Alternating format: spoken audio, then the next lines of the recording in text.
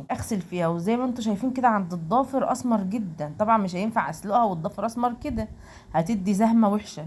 فانا برضو بقعد احاول، قعدت احاول فيها لحد ما نضفته وخليته قشطه الحمد لله يعني. هتشوفوا معايا دلوقتي برضو في الفيديو. بص انا كل ده بحاول، خدت مني وقت طويل جدا جدا، قعدت حوالي ساعتين اتنين اعمل فيها. وبالمكنه كده شويه مش عارفه ايه، لدرجه ان بصوا الحته دي غمقت، وديتها على عين البوتاجاز، قلت تسخن شويه علشان انا كان هدفي اشيل طبقه جلد زي ما بقول لكم، لان الرجل السمراء دي بالذات بحب اشيل منها طبقه جلد خفيفه كده، عشان اتاكد ان هي نظيفه يعني.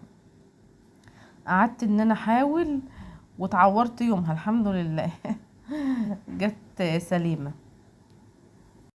هتستفيدي ايه بقى يا ام مهاب ان انت تتاكدي من نظافتها كده؟ هستفيد بقى يا بنات ان انت تاخدي بصي احلى شوربه كوارع بجد لما بتبقي منضفاها كويس، ولا ريم بقى ولا الكلام ده. حتى هتشوفوا معايا برضو في الفيديو ما طلعتش معايا ريم نهائي. ليه؟ لان كل الحاجات اللي هي مش نظيفه دي اول ما بتنزل الميه بتقوم عامله معاكي ريم، فانت وبتبقى الشوربه كده غامقه، ما بيبقاش شكلها كده يفتح النفس يعني زي ما بنقول.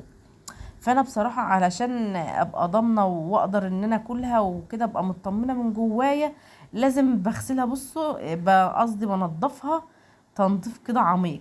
وزي ما قلت لكم لو انت هتجيبي الرجل